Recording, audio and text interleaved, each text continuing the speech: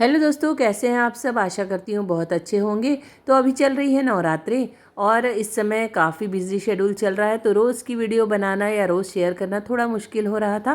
तो 2-3 दिन की मिला के आप लोगों के साथ शेयर कर रही हूँ। तो संडे से लग गई थी छुट्टियाँ बच्चों की, और मेरे यहाँ जो 9 दिन कन्या खाना खाने आती है उसका आना शुरू हो गया।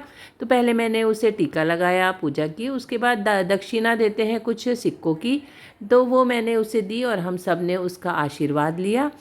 तो घर पर जो भूनकर खाना बनता है वही खाना हम कन्या को भी खिलाते हैं।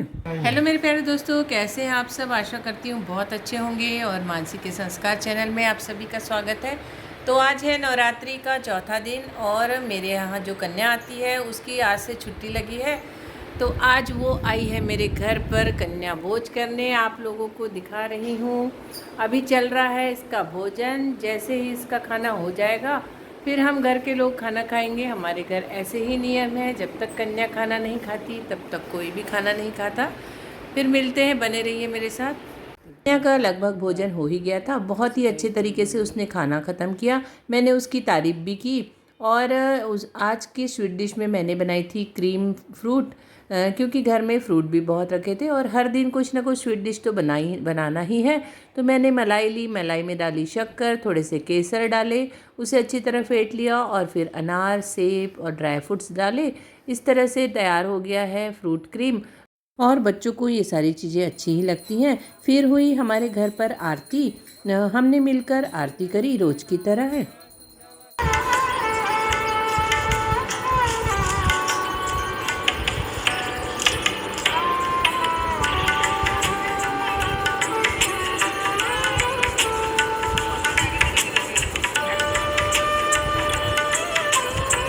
इस तरह से आरती संपन्न हुई, और बच्चे को सब कुछ अच्छा लगे उसके हिसाब से मैं उसके लिए स्वीट डिश बनाती हूँ, और बच्चों को ये सारी चीज़ें अच्छी ही लगती हैं।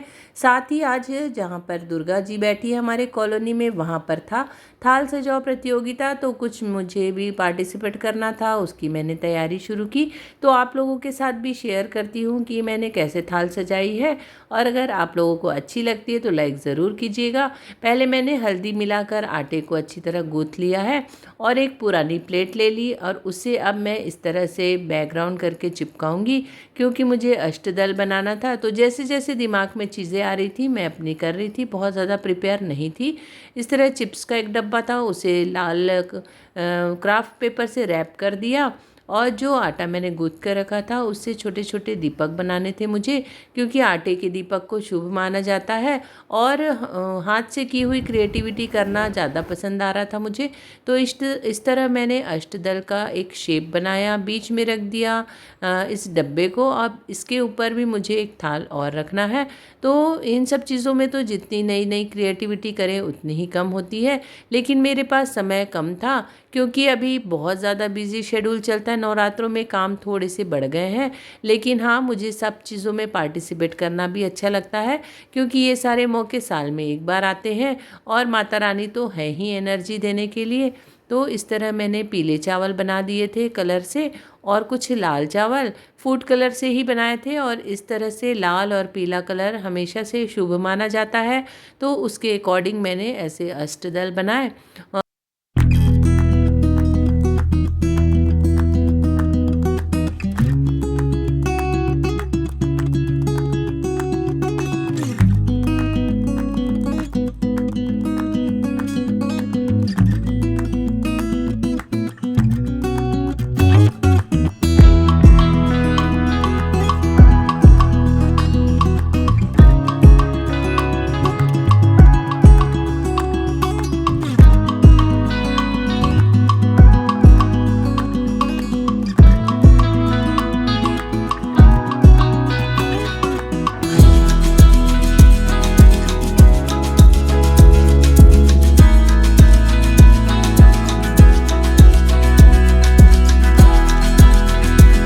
कंपटीशन में मुझे करीबन 8 बजे तक जाना था।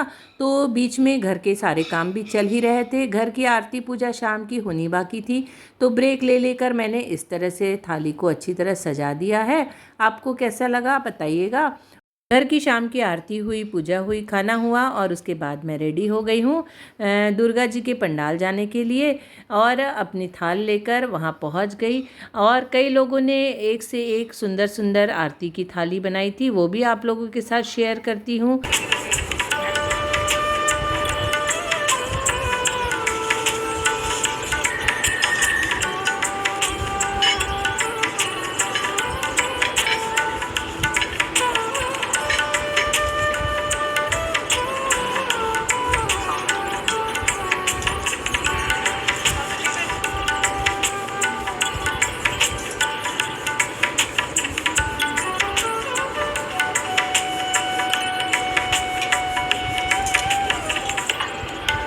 आ गए थे, हमने अपनी अपनी थालियाँ रख दी थी, उसके बाद गरबा शुरू हुआ।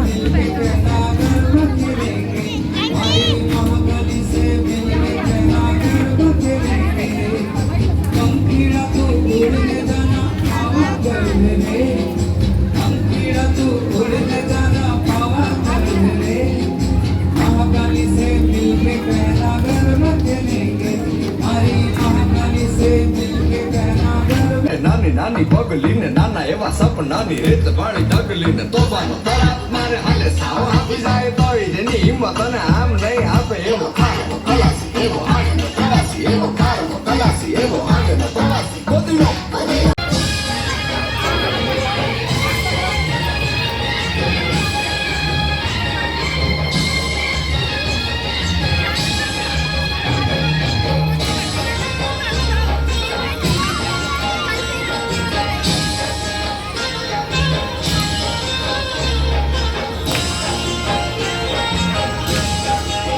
करीबन 1 घंटे तक गरबा चलता रहा। तो इसी बहाने कॉलोनी के सारे लोग आते हैं, मिलते हैं, एक साथ एंजॉय करते हैं। ये सारी चीज़ें बहुत अच्छी लगती है। साल में एक बार होता है तो मैं भी अपना समय निकाल कर ज़रूर जाती हूँ, क्योंकि घर के काम और घर की चीज़ें तो चलती ही रहती हैं, लेकिन थोड़ा समय हम वहाँ के लिए भी देते हैं और सारे लोग एक साथ मिलकर बहुत एंजॉय करते हैं हर दिन को। करीबन रात के 9 बजे से जा पाती हूँ, मैं 9 बजे जाती हूँ और 10:30-11 बज ही जाते हैं। घर आने के बाद थोड़ा सा घर को क्लीन करके फिर रात को सोती हूँ। अगले दिन की सुबह रोज़ की रूटीन की तरह घर की साफ़ सफाई, आंगन की साफ़ सफाई, साथ ही रंगोली बनाएं।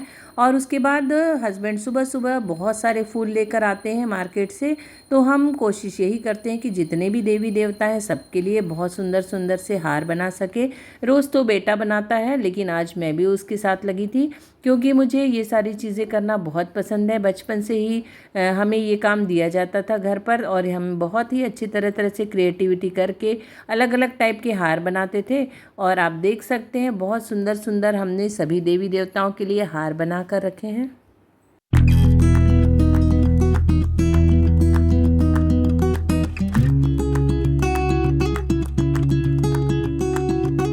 साथ ही आज मैंने जो स्वीट डिश बनाई है वो भी आप लोगों के साथ शेयर करती हूँ। हमारे यहाँ इसे चिरवंट कहते हैं, कई लोग इसे खाजा भी कहते हैं। इसके लिए मैंने 2 कटोरी मैदा लिया, साथ ही 1 कटोरी सूजी ली, थोड़ा सा डाला नमक और 2 चम्मच डाल दिए घी, और इसे बिल्कुल सॉफ्ट आटा गूँथ कर करीबन 10 से 15 मिनट तक इसे रखना है। और इसकी बनानी है अब रोटियां 3-4 आप जितना चाहे लेयर में बना सकते हैं। और एक स्लरी तैयार की है, मैदा और घी का एक घोल तैयार किया है। तो इसे घोल को अच्छी तरह एक रोटी पर लगाना है, फिर अगली रोटी रखना है और उस पर भी ऐसे ही घोल लगाना है मैदे का, और फिर तीसरी रोटी। तो मैं अक्सर 3 रोटियों का बनाती हूँ, बनाने वाले कई रोटी का बना सकते हैं। जितना आपको लेयर में खस्ता चाहिए उतनी रोटी का बना सकते हैं। और इसे अच्छी तरह से रोल करना है, रोल करके पीस पीस में छोटे छोटे काटना है और इसे फिर बेलना है। एक तरफ रख दी है कढ़ाई में तेल, तेल गरम हो रहा है। इस तरह से मैंने इसे पीस पीस काट कर अब इसे बेल कर रख दूंगी। तेल गरम हो रहा था तब तक मैंने बहुत सारे पीसेस काट कर रख दिए थे।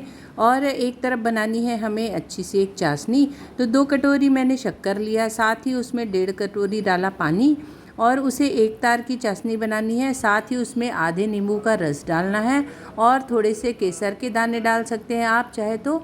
और इलायची पाउडर डालना है। उससे जो चाशनी बनेगी वो बहुत ज़्यादा टेस्टी लगती है। एक बार ट्राई करके ज़रूर देखिएगा। उसके बाद मैंने ऐसे पीसेस कर लिए, इसे हल्के हाथों से बेला और तेल में अच्छी तरह से तल लिया है। तो ये डिश बहुत ही टेस्टी लगती है, कोई भी खाएगा तो हमेशा पसंद ही करेगा। आप एक बार ट्राई कर सकते हैं। साथ ही जगन्नाथपुरी के मंदिरों में भी इसी तरह के से बनाई जाती है प्रसाद। जो सूखा खाजा रहता है उसके लिए थोड़ी गाढ़ी चाशनी बनाई जाती है और उसे डीप किया जाता है, बहुत ज़्यादा अच्छा लगता है। इस तरह मैंने नींबू का रस भी निचोड़ दिया है जो कि बहुत ज़्यादा खाने में टेस्टी लगेगा। इस तरह से मैंने धीरे धीरे धीमी आंच पर रखकर सारे चिरवंट को अच्छी तरह से तल लिया है और इसे आप चाहें तो सिरे में डुबा कर रखें, चाहे तो डुबा कर निकाल दें। अब बहुत ही अच्छी तरह लेयर आए हैं, एकदम क्रिस्पी से बने हैं, बहुत ज़्यादा टेस्टी। एक बार ट्राई ज़रूर कीजिएगा। इस डिश को मैंने शॉर्ट वीडियो में भी शेयर किया है, आप चाहे तो वहाँ भी देख सकते हैं। साथ ही इन दिनों हमारे घर पर सात्विक भोजन यानी कि बिना लहसुन प्याज टमाटर का भोजन बनता है। कई लोगों ने मुझे पूछा है कि ये खाना कैसे बनता होगा, सब्जियां कैसी बनती होंगी और क्या इसमें टेस्ट रहता है। तो हाँ, भगवान जी के नाम पर बनी हुई चीज़ों में टेस्ट तो अपने आप ही आ जाता है। साथ ही ऐसी सब्जियां जिसमें टमाटर की ज़रूरत ही नहीं पड़ती वैसी सब्जियां बनाती हूँ, जैसे कि मैं आज बना रही हूँ गोभी और आलू की। तो इसमें मैंने अदरक, मिर्ची और कड़ी पत्ता सब में यूज़ करती हूँ, उसका यूज़ किया है। उससे अपने आप फ्लेवर आ जाते हैं। थोड़ी हींग ज़्यादा डालनी पड़ती है, हींग से भी बहुत अच्छा टेस्ट आता है। तो बस इसे अच्छी तरह पकने दूंगी और उसके बाद सारे मसाले डलेंगे, जैसे कि हल्दी पाउडर, मिर्ची पाउडर, धनिया पाउडर, जीरा पाउडर। इस तरह से सब्जी को टेस्टी बनाया जा सकता है। गोभी और आलू बस थोड़ी अच्छी से तेल डालें, अच्छी तरह पका लें तो सारी सब्जियां अपने आप टेस्टी बन जाती हैं। और साथ में हमारे घर पर षष्ठी के दिन हल्दी कुंकू देने की प्रथा है। तो सबसे पहले माता रानी के सामने एक हल्दी कुंकू चढ़ाया और एक सुहाग की चूड़ियाँ चढ़ाई। आप चाहे तो कोई भी सामान सुहाग का चढ़ा सकते हैं। तो आज मैंने चूड़ियाँ चढ़ाई। साथ ही कॉलोनी की 8 महिलाओं को बुलाया, उन्हें हल्दी कुंकू दिया और उन्हें भी पान, सुपारी, सिक्का, केला और चूड़ियाँ इस तरह देने की प्रथा है। तो ये सारे नियम हमारे घर पर हमारे पापा जी ने एक डायरी में लिख कर रखे थे। आज की डेट में पापा जी तो नहीं हैं, लेकिन जो भी घर के नियम हैं वो सारी चीज़ें हमारे पास कॉपी में लिखी हुई हैं। तो ये बहुत ही अच्छी आदत थी उनकी, क्योंकि घर के रीति रिवाज अगर हमें बड़े नहीं सिखाएंगे तो हम उसे कैसे फॉलो कर पाएंगे। जिस भी त्योहारों पर जिस भी तरीके से पूजा पाठ की जाती है वो सारी डायरी में पापा जी लिख कर गए थे। ये चीज़ मुझे भी बहुत अच्छी लगी और मैं भी हर नियम को, हर पूजा पाठ के नियम को एक डायरी में ज़रूर लिखती हूँ, ताकि आने वाली जनरेशन को भी सारी चीज़ें पता चल सके। तो आज का मेरा ये वीडियो कैसा लगा आप लोगों को? वीडियो अच्छा लगता हो तो लाइक एंड सब्सक्राइब ज़रूर कीजिएगा और कुछ गलती होती है तो कमेंट्स करके भी ज़रूर बताइएगा। फिर मिलूँगी अगले वीडियो में, तब तक के लिए बाय बाय।